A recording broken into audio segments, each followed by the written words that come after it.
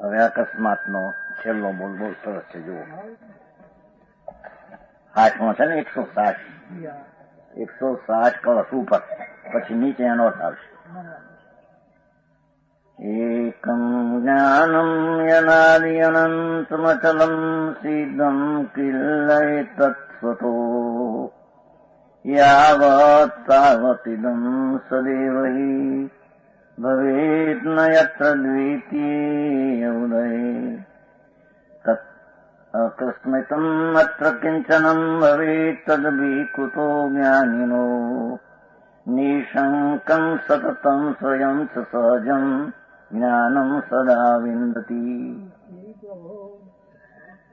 ધર્માત્મા પોતાના આત્માને એવો જાણે છે કે આ તો સ્વતઃ સિદ્ધ જ્ઞાન એક છે.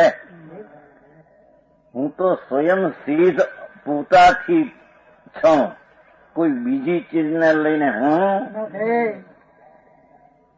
સમજાણું કાંઈ.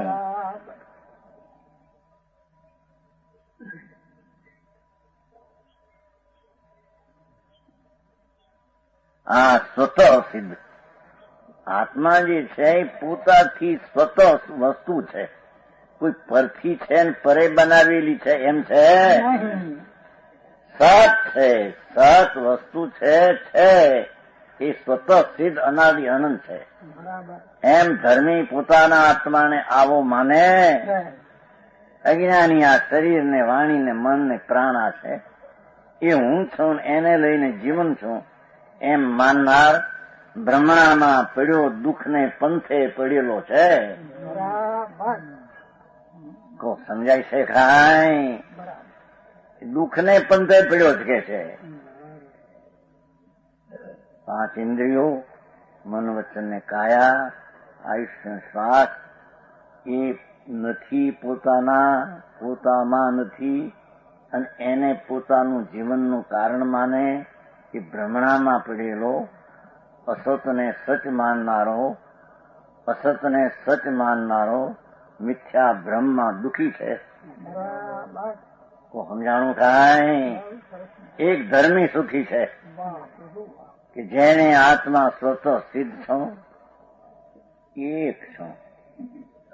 એકમાં બીજો આવે ત્યારે અકસ્માત થાય ને, એકમાં બીજું આવતું સમજાણું કાંઈ? શું કીધું? પહેલો શબ્દ સ્વતઃ સિદ્ધ. હું તો સ્વયં સિદ્ધ જ્ઞાન સ્વરૂપે તો અનાદિ અનંત સ્વથી છું. મારું હોવાપણું પરથી નથી, હોવાપણું મારાથી અનાદિ અનંત એક છે. વસ્તુ જ્ઞાન સ્વરૂપ આત્મા એક છે, પોતાનું એકપણું. એકમાં દ્વિતીય બીજાનું હોવાપણું હોતું કો સમજાણું કાંઈ? શું કહેતા? હું એક છું, આ એક બધા થઈને એકની વાત નથી. હું આ જ્ઞાન સ્વભાવ વસ્તુ છે, અસ્થિ છે, સત્તા છે, હોવાપણે છે. એ હોવાપણે સ્વયં સિદ્ધ છું, એક છું. એકમાં બીજાનો સંગ ને પ્રસંગ એકને નથી. સમજાય છે કાંઈ? એકમાં બીજો હોય તો અકસ્માત થાય કાંઈ. એકમાં બીજું છે? મારામાં અકસ્માત થાય એવું કઈ છે જ નહીં. અણધાર્યું અકસ્માત કઈ થશે તો ડર લાગે છે ને માણસને. અણધાર્યું અકસ્માત મારા સ્વતઃ સ્વરૂપમાં કઈ છે નહીં. એક અનાદિ અનંત છું. હું તો આદિ વિનાનું છે અને આદિશી જે તત્વ જ્ઞાનાનંદ સ્વરૂપ વસ્તુ છે એની શરૂઆત છે એનો અંત શો છે, એ અનાદિ અનંત છે. ન્યાય સમજાય છે કાંઈ?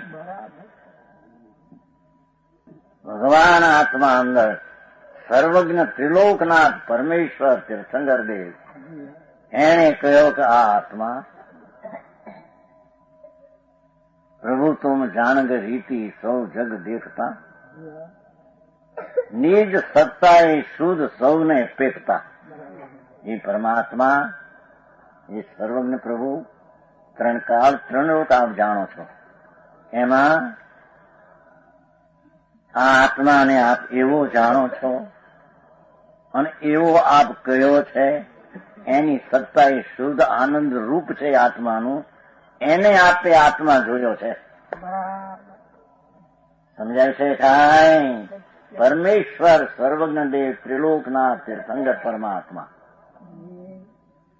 પ્રભુ તુમ જાણ ગરીતી સૌ જગ દેખતા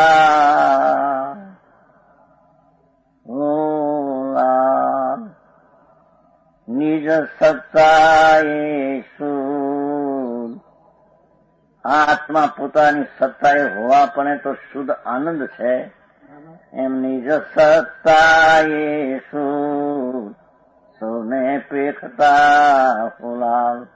એ નાથ અમારા આત્માને પુત્રને એની હોવાપણાની સત્તાએ તો શુદ્ધ ને આનંદ જોયો છે. તો અમે પણ એ આનંદ ને શુદ્ધ સત્તાને જોઈએ. એ અમારું સ્વરૂપ છે. સમજાણું કાંઈ? કે છે કે હું તો અચળ છું. એટલે શું કે છે? આ બધા ફરી જાય ને ફરે એટલે મારામાં કઈ ક્ષોભ થાય છે એવી હું ચીજ નથી. મહાચૈતન મહા અતિન્દ્રિય પદાર્થ ક્ષોભ વિકલ્પના ક્ષોભ વિનાની ચીજ છે. નિર્વિકલ્પ વસ્તુ છો. એવી જે દ્રષ્ટિ કરનાર એ ધર્મીને એમ થાય છે કે શું ઇદમ યાવત તાવત સદાય વૈ ભવે. જ્યાં સુધી ત્યાં સુધી સદાય તે છે. જ્યાં સુધી છે ત્યાં સુધી તે તેવો જ હું છું. સમજાણું કાંઈ?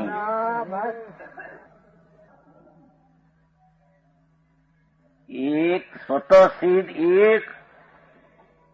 એક છું. અનાદિ અનંત છું. અચળ છું. ઇદમ યાવત તાવત સદાય વહી. જ્યાં સુધી હું છું ત્યાં સુધી સદાય હું છું. તે છે. હું તો સદા એમને એમ છું. સદા જ્ઞાન જ્ઞાન જ્ઞાન જ્ઞાન જ્ઞાન જ્ઞાન જ્ઞાન એટલે ઓલો જાણવાનો સ્વભાવ. એ જ્યાં સુધી છે ત્યાં સુધી તે છે. એમાં કઈ બીજો રાગ આદિ ફર આવે એવું કઈ છે? એટલે મારામાં કોઈ અકસ્માત થઈ જાય એવી કોઈ ચીજ છે નહીં. સમજાણું કાંઈ? મારે મારી ખાઈને બેઠો ત્યાં ઉડકાર આવે ઘડીકમાં ફરે મારે એવું ના ખાતું ભગવાનમાં. આજે એવું થયું ત્યાં હિંમત આપણું હિંમતભાઈ નું નવીન ગયો જ્યાં ભાવનગર ગયો 5 વાગ્યા 28 વર્ષનો ચલી કુંવર જેવો અહીં ખાઈ હું ત્યાં શ્યામથી કોને પેટમાં લસડિયા થવા માંડ્યો. યારે મોટા નહીં હતા કાંતિભાઈ કાંઈ મોટા આમ છું એટલે હું થયું પણ ડાક્ટરી પરીક્ષા નથી. જો મુંબઈ ગયો છે ડાક્ટર અમને કઈ ખબર પડતી નહીં ક્યાં ત્યાં રોગ થયો. હું થયો ખબર પડતી નહીં. આ ડાક્ટર બધા આ તો પડી છૂટક્યો. આમાં બીજી પડે. ભગવાને દવા કાપી કે બાપુ તારું સ્વરૂપ તો આનંદ ને જ્ઞાન છે ભાઈ. એમાં દ્રષ્ટિ કર ને એ ઘરમાં વસ ને એ સ્વીકાર કર. બાકી બીજો સ્વીકાર છોડી દે. એ દવા એ તારું જન્મ મરણ મટીને મોક્ષ થશે. એમાં અફાર એ દવા ફરે નહીં. આવી તો કે ઇન્જેક્શન માર્યો એ માર્યું એમ ચડે તો સમજાણું કાંઈ? આ તો ડાક્ટરે મરી જાય મારા પોતે. મરી ગયો નહી તમારો ત્યાં ભાઈ ડાક્ટર હિંમત કુમાર આવતા હતા. આપણે આવ્યા ચેન્નાઈ ના થતું બોલાવ્યા. બીજાનું ઓપરેશન કરતા મને કઈ થાય ત્યાં આમ ત્યાં ઉડી ગયા. ઉડે તો ઉડે ને પંખી ઉડે કઈમાં રોટું ઉડતું છે. એ ઉડવાયો ગઈ ઉડીને છૂટવું પડે અને છૂટવાયો ગતું છૂટવું પડે. ભગવાન આત્માથી જ્ઞાન ને આનંદ છૂટો પડે કે આનંદ છૂટો પડી ગયો ને આત્મા રહી ગયો એક કોઈ. હે એક રૂપ ચૈતન પ્રાણ થી જ્યાં સુધી છું ત્યાં સુધી તે જ છું. જ્યાં સુધી છું ત્યાં સુધી તે જ છું એમ કે છે ને. અત્ર દ્વિતીય ઉદય ન, એમાં બીજાનો ઉદય નથી. અધ્યાત્મ શ્લોક છે. મારા એકમાં બીજો કોઈનો ઉદય એટલે આવવું પડતું નથી. એટલે આ બીજો આવે તો અકસ્માત થાય ને, બીજો છે જ નહીં. હું તો ચિદાનંદ ભગવાન અનાદિ અનંત. ધર્મીની સમ્યક દ્રષ્ટિમાં આત્મા એવો ભાસે, આ ત્યારે તેને ધર્મ કહેવામાં આવે, ત્યારે તે સુખને પંથે પીડ્યો એમ કહેવામાં આવે છે. નહીં તો દુઃખને દૂરે ગયો, દુઃખને દૂરડે હાલ્યો છે અંદર દુઃખી થવા કે છે. અરે આ જ્ઞાનમાં બીજાનો ઉદય નથી. ભગવાન આત્મા વસ્તુ તરીકે પદાર્થ ચૈતન મૂર્તિ આત્મા હું છું. એના ભાવમાં બીજા ભાવનો ઉદય નામ આવવું નથી, પ્રગટવું નથી. બીજો ભાવ આવે તો અંદર અકસ્માત કહેવાય ને. અકસ્માત કઈ છે? હું તો જ્ઞાનાનંદ અવિનાશી થતું છું એવી ધર્મીની દ્રષ્ટિ હોવાથી અકસ્માત કંઈક અણધાર્યું થશે એવો એને ડર અને ભય હોતો સમજાણું કાંઈ. અત્ર અકસ્મિકમ કિંચનમ ન ભવે. દેખો, કિંચનમ ન ભવે. ભગવાન આત્મા પરમેશ્વરે જે આત્મા જ્ઞાનને આનંદ જોયો એવો મેં મારે જોયો, એમાં બીજો આવતું નથી. તો એમાં કાંઈ અકસ્માતનો અણુ કણ પણ થતો સમજાણું કાંઈ.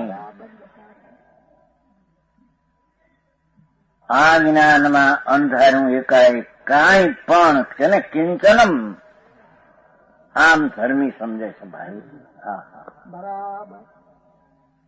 હા તો પૈસા પેદા કર્યા હોય 5 લાખ મળી જાય, બીજે વરે જાય એકે ન રહે, પૂર થઈ જાય. આપણે જાણે બધીએ છે ત્યાં વળી આ પાછો ઘટ્યું મળી આવું થયું. પણ એ તો થાય ત્યાં પાણીના લૂંટ આવે ને જાય, એમાં તારા ક્યાં છે ને તું ક્યાં છો ત્યાં. ભગવાન આત્મા કે છે મારામાં મારા સિવાય કોઈ ચીજ મને આવતી નથી, મને અડતી નથી, મારામાં હોતી નથી.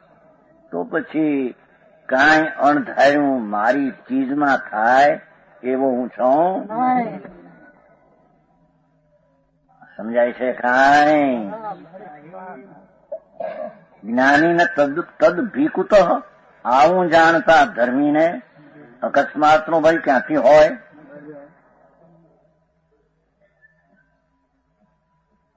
સમજાણું કાંઈ?